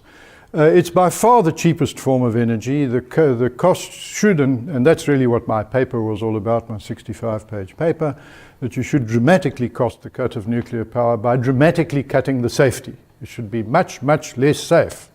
And this will bring the price of nuclear power. I asked nuclear engineers, what would a nuclear power station cost if it had zero safety? And they said about 100th of the current price. So in other words, you would bring nuclear power costs down to unimaginably low levels. Just to you would run your whole house for months on a few cents. And then I said, okay, well now let's assume it's diminishing returns, and it's all a bit complicated, but let's assume you had 50% of the safety. It would cost about 1/10 of the price of the safety we now get in third generation power stations. So nonetheless, in other words, if we reduced the cost of nuclear power by 90%, that would be as safer than, say, Chernobyl. It would probably be as safe as the first generation Fukushima. And that would bring the price down by 90%. So you could bring the price down by 50% and have nuclear still way safer than, for example, wind farms or solar farms. So it's on a scale that is actually hard to comprehend how much safer nuclear is. And then there's a whole lot of myths that go into the assumptions. You will hear someone mention Chris Yelland and so on. Oh, time is up. Okay, when you build in all the real costs, as Kelvin hinted at, it comes to more. So you will have to walk forever in darkness, because I won't be able to explain all of this to you. But there's a lot more. So what I want to suggest is that what we ought to do, is my view is, that the nuclear industry should never again mention safety. And I do want to take up a bit of time that I'm not allowed on this. Can you imagine, this is what the nuclear industry, what people like Kelvin and Andrew do to us. Can you imagine a restaurant in here, what was the one where you're going to the Girls, yeah. Can you imagine if the restaurant, the girl, starts running ads saying, we have studied why people previously got food poisoning in our restaurant, and we've introduced new food safety measures, so our food is now safer than it used to be. And year after year, they say we've now reduced the amount of contaminated bacteria, and we have now made our food safer and safer and safer. Every year they tell you we now have a third generation restaurant which is even safer, and we're having fewer people with food poisoning than we've ever had before at the girls' restaurant. And all the other restaurants say, we've got beautiful views, we've got delicious food, we've got the best prices, come to us, we've got lovely decor, and there's good service and so on. Which restaurant are you going to think is the one not to go to? The one that keeps telling you that it's got food safety. Or a car says, you know, we've now studied our previous car accidents and all the people who died in our cars, and we've now got a new kind of steering column and a new kind of braking system. We're making our cars safer and safer. Well, that will become the car considered dangerous. This is what the nuclear industry does. And I would say to them what they should do is never mention the word safety again. It's negative priming, and Martin told me the term that some term used in law for this. You actually make people think it's dangerous when it's not. They should stop improving safety. On the contrary, they should start reducing it, and they should start trumpeting its superiority in every sense, including environmental and green and buddy hugging, and they should occupy the moral high ground for energy. So yes, that is my argument for how the nuclear industry has been telling you blatant lies, shameless lies. It is not nearly as dangerous as they say. Thank you.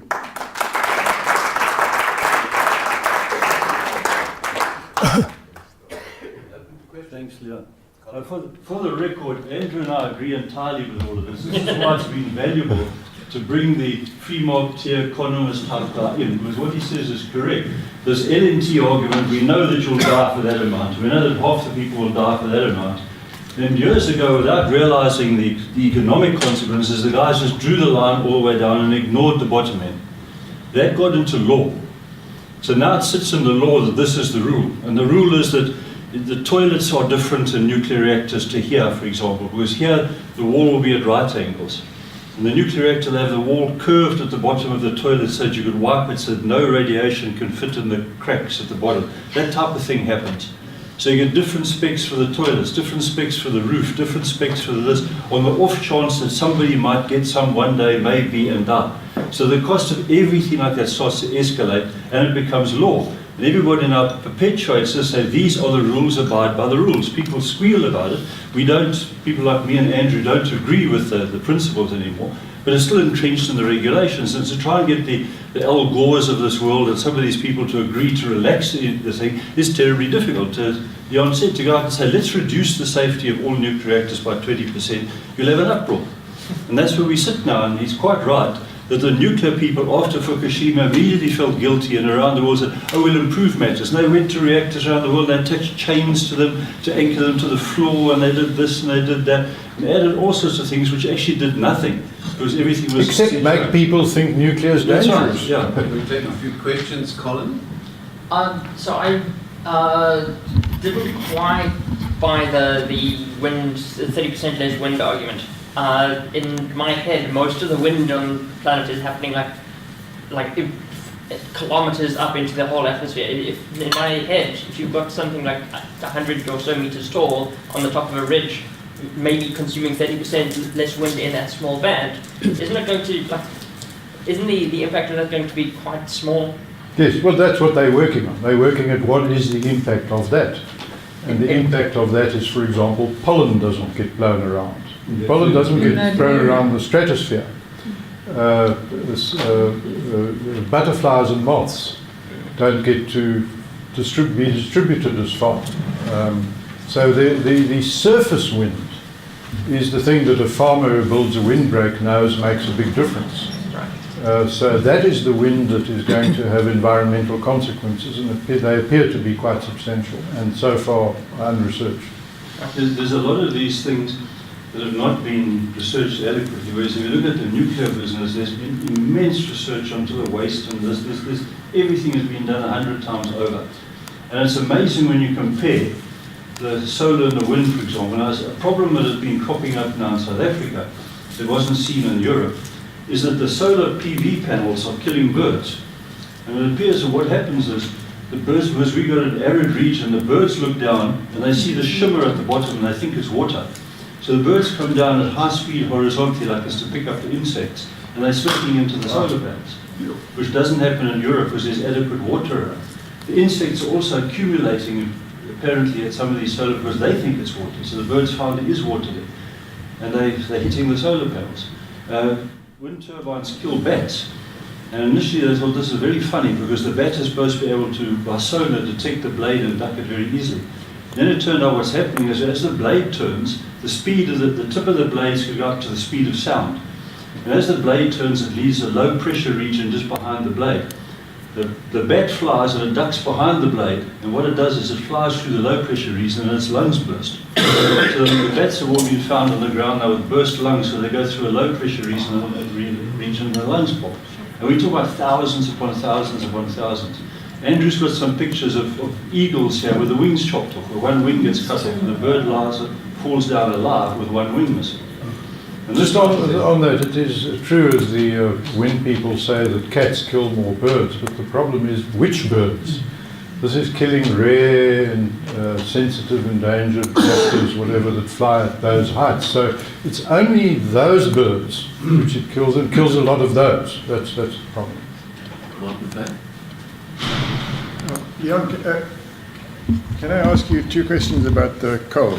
With that picture there, which incidentally I just thought that I'd comment with those lovely smiling cooling towers, that what you should really have there for your marketing is to have a field of sunflowers there rather than mealies, because it emphasizes sort of solar and coal or something like that. But to steer away from the humor. I'm not particularly against solar, by the way. Wind is, to me, a big problem. Sure.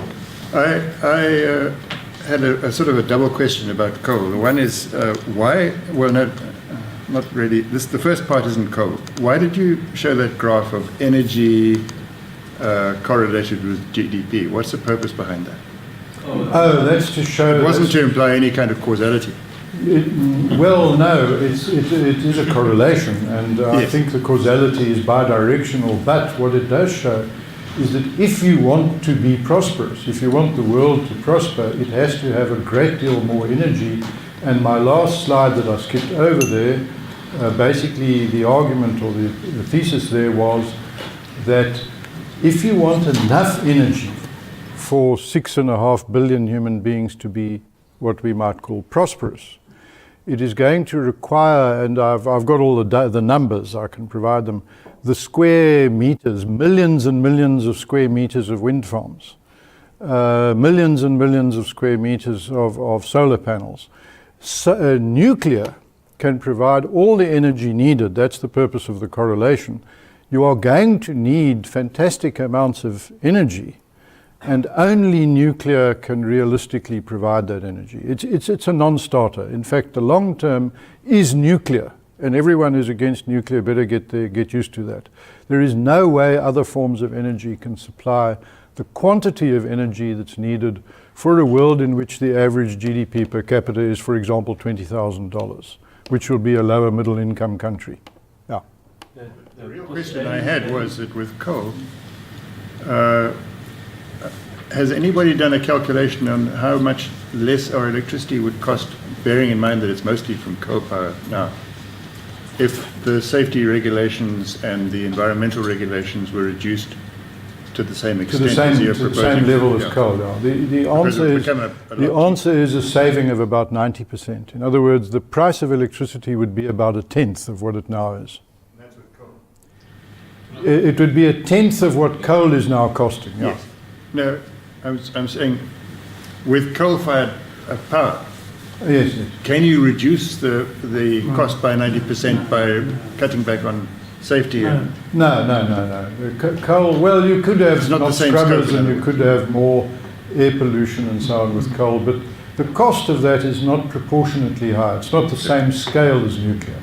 where the cost of nuclear safety relative to the cost of the energy is many multiples. Yes. The cost of coal safety relative to the cost of energy is much smaller. I don't know what the number is. But That's what I was I asking. want to just make a comment about the economics line.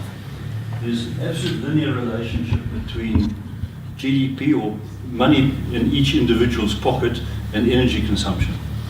If we want to double the income of the average South African or to double the energy consumption of the country, end of story.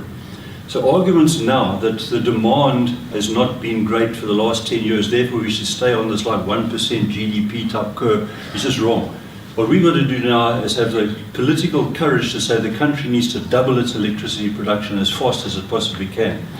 And we just got to ramp up like this and say we're going to do it, which is what happened a number of years ago when we got to the point where there was a coal-fired power station or more standing effectively idle, and people at the time were saying, look, we've got an entire coal-fired power station sitting here with nothing to do. It didn't take it all long before that thing was completely consumed, because then the big motor car manufacturers come and build a new plant here, and somebody opens a new coal terminal at the port or something where they know that the electricity is guaranteed to be there for the next decade or two. At the moment, people don't know, so they don't come to build the new plants. And just to bear in mind, South Africa has huge quantities of coal and thorium and uranium. So we have the resources. We don't have much wind. We do have lots of area where we could realistically put solar, the Karoo and the Kalahari and so on, where it's not of great farm value. But, and solar is not the same. Wind, in my view, is about the nuttiest kind of energy anyone could imagine. It just loses on every count. There is absolutely zero case for wind energy, at least for grid power, for mainland. I mean, it's fine to put a thing on your farm. You farmers have windmills, nothing wrong with that. Pump a bit of water into a tank and so on, that's fine. But South Africa doesn't have gas. So the proposal now being considered in Parliament is we supplement when the wind isn't blowing and the sun isn't shining with gas turbines with imported gas. So the idea is we render what we do have, coal, uranium and nuclear and thorium, valueless. And then they say, no, we won't make it valueless. We don't want to use coal because it causes CO2 and global warming. And then as I pointed out, but you want to export it. Now, why do you think it causes less global warming when it's burnt somewhere else? Somehow when it's burnt here, it doesn't cause global warming, you see. Can we just try and get through the next couple of questions, because we need to close off quite soon. Andrew can make a comment, but just before that, I just want to point out the scale of these turbines. Leon mentions the old farm windmills from 100 years ago. Those blades of the farm windmills will sort of fit in about this part of the carpet. The wind turbines, the blades are bigger than a rugby field. They're huge. People don't realize how big these things are and the speed at which they really turn. So there's a gigantic difference. Andrew? No, Martin? Oh, sorry. Yeah, so just a tactical question. Now, it's basically trite that libertarians are terrible at marketing. So I'm just thinking, is it a good tactical idea to go around saying that we need to reduce nuclear safety, rather than just, for example, saying it's safe, don't worry, it's safe as it is, nobody is dying from it, leave it as it is, rather than saying let's actively reduce it. So just a tactical question. No, you're quite right, and that's why I love these conferences, because it's the one opportunity I have in my life to say Chernobyls are a good idea. I'm not going to go and say that on ENCA, don't worry. Just an observation. Saying it's safe is exactly the problem we're saying. You're priming somebody to think it's unsafe. No, exactly. What I want to start saying is I want to say it's green and environmentally friendly. That's what we have to say. Just a quick observation. In fact, I've used exactly that picture in the presentation before. And one of the things I mentioned is that coal-fired power stations release far more ambient radiation into the atmosphere and into the surrounding area than a nuclear power station will ever do. Yes. There's uranium and that's in the coal that comes out. So but there again, we don't want to say that in public. You don't want to suddenly find everybody living in the coal area evacuates the area. You're quite right. There's more radiation coming out of the coal than coming out of the Correct. Andrew and then Martin and then Ron. Just agreeing completely with Leon's tactics, which is nuclear people mustn't mention safety. And prime example is the solar and wind people who've got wonderful PR, unlike the useless PR of the nuclear people. The solar and and wind never mention safety, even though it's much more dangerous than nuclear. They never mention waste, even though they produce waste, Much more waste. toxic waste that lasts forever until the end of time. And if you say to them, what about the waste? They try and change the subject. They've gone on about, oh, this nuclear waste lasts for thousands of years. You say, well, your waste lasts forever. What's your plan? And they've got a very good answer. They just change the subject, move on to something else. And that's good tactic. Somebody made the comment earlier that solar is not renewable because the sun will burn out. It's quite true in the sense that there's enough uranium and thorium in the Earth to outlast the life of the sun. So they say that the solar is renewable, so is uranium and the thorium, that there's just tons of it. There's more thorium on the planet than there's uranium. The Western Cape is the richest thorium mine in the world. The very first nuclear power plants in the United States and the UK were fueled entirely from the Western Cape. And so all of that is there. We've done work in South Africa on thorium-fueled reactors. We're one of the world leaders in the field at the moment on having done that. We developed the pebble bed nuclear reactor, which was a world-leading small reactor. Then it was sort of stopped. And as they sort of stopped, it was a private group. Questions, Kelvin. They carried on privately, so it's not entirely like it appears, but that's what happened. Yes, sorry. We can take 3 more questions, and we've got Martin Brassey, Ron Weissenberg, and Trevor Watkins. What surprised me about your talk is it was at one and the same time contrarian and persuasive. And I wonder, you gave the same talk, as I understand it, in the States, and I wonder how it was received.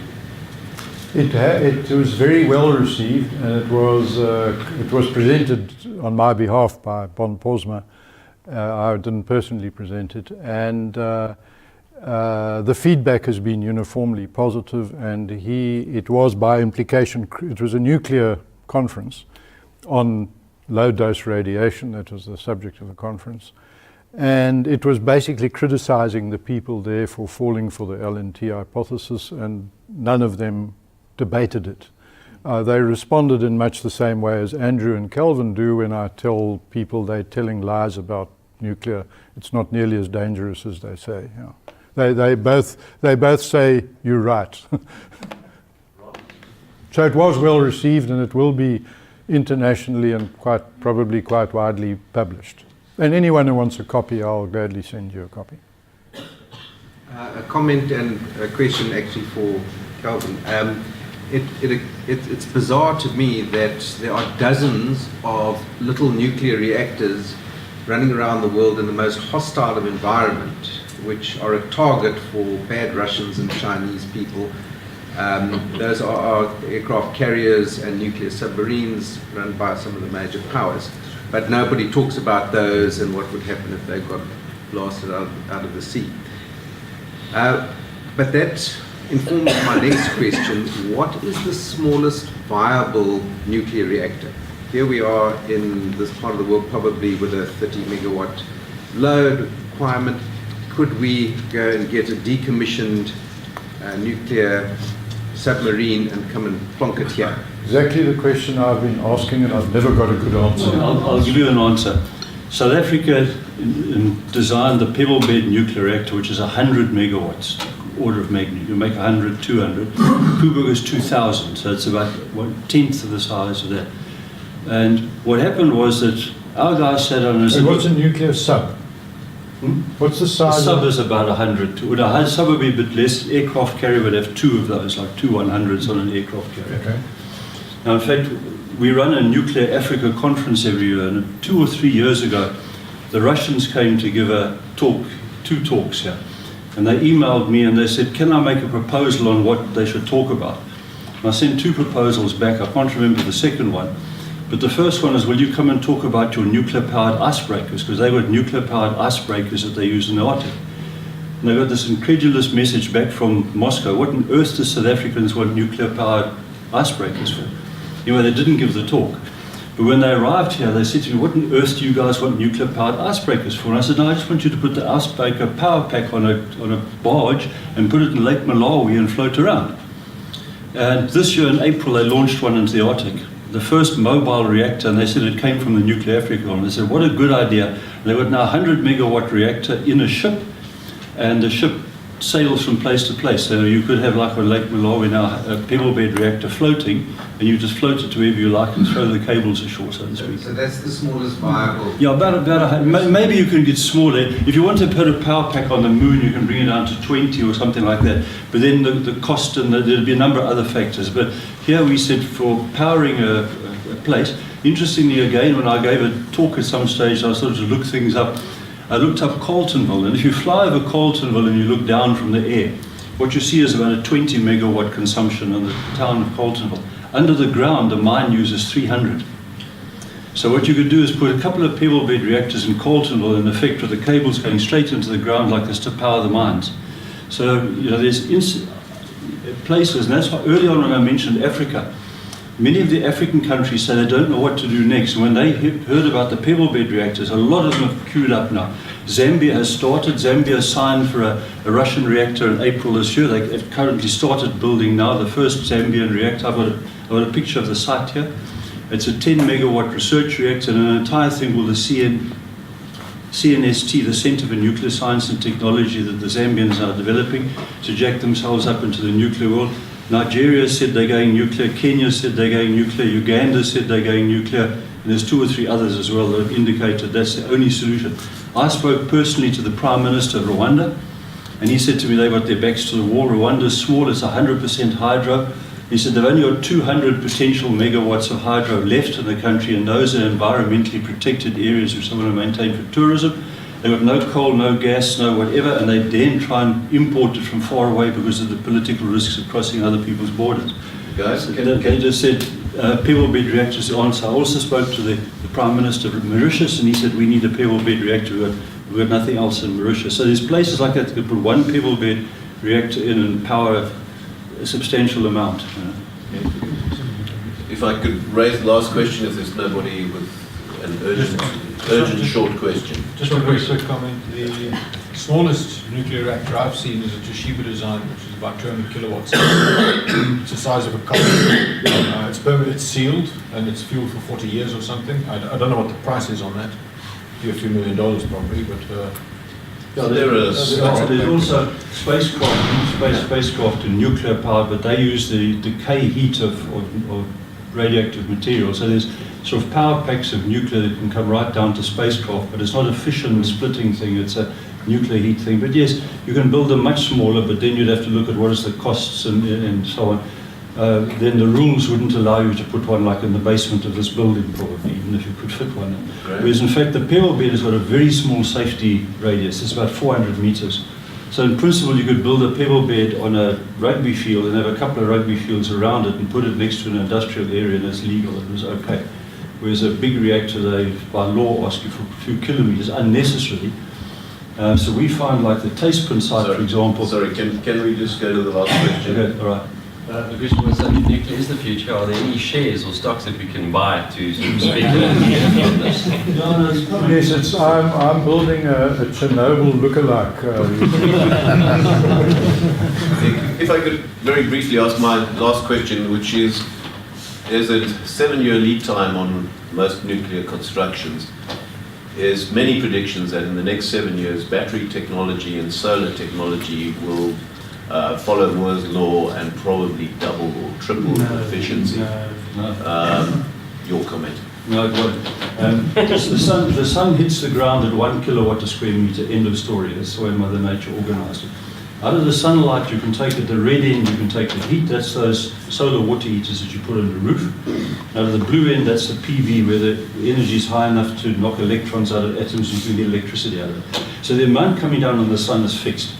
You can't put a lens. Sometimes people say, we put a lens and concentrate. You can't. You have a 1 square meter lens that brings it down to this, but you still have to move another square meter to get the next one. There's no way you can concentrate the sun.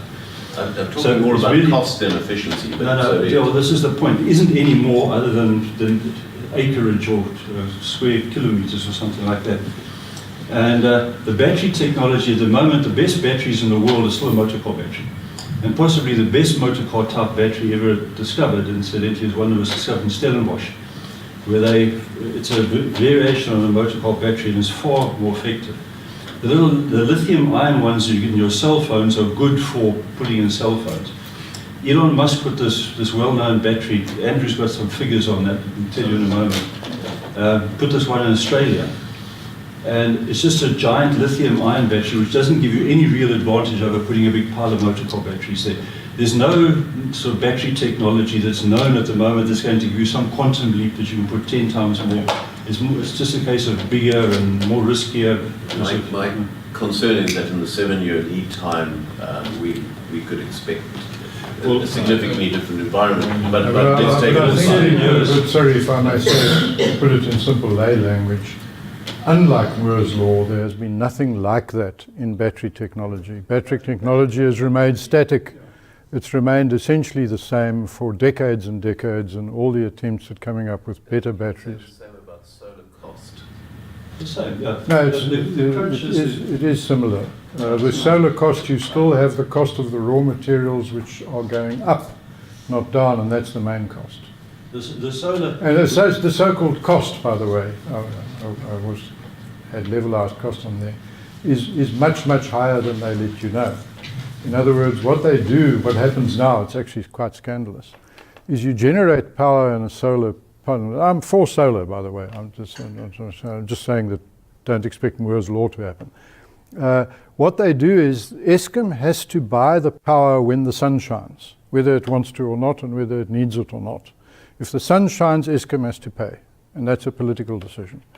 And so then what they do is they ramp down their thing.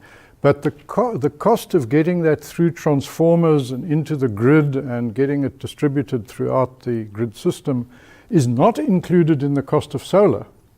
So when they say the price of solar is coming down, what they're doing is not really using any significantly better technology.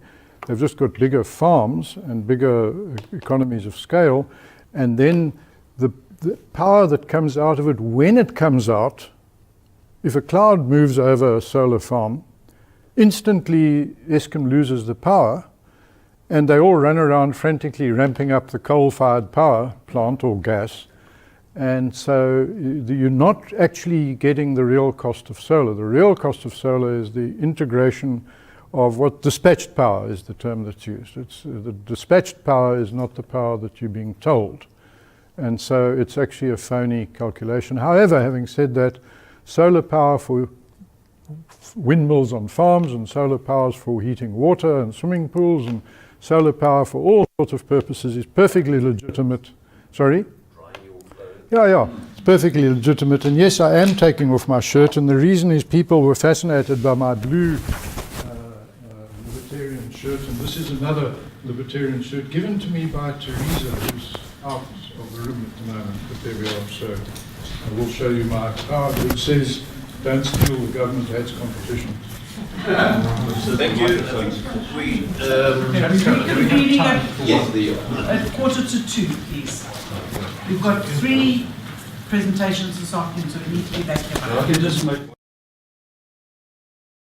one diagram with all the red and the spikes, okay?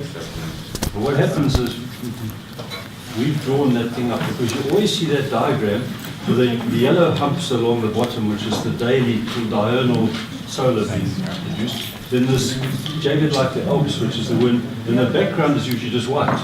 And I said, look at all the solar and wind you get. Whereas if you paint the background red, which is this one, that's the gas that you've got to buy to fill in for when the other has gone to zero. Now they never make the background leap out of you and say, that's the gas which South Africa does not possess, for which we'll have to import it from an unknown source at an unknown price in an unknown method. You say to these people, are we going to bring gas in by ship or pipe? So we don't know. Yet they're advocating the entire country over to that. Nobody knows where the gas is coming from, or what we'll do with it, how we'll store it, how we'll move it around. I'm not sure if this comment is offline at this stage. If you want to forsake lunch for discussion,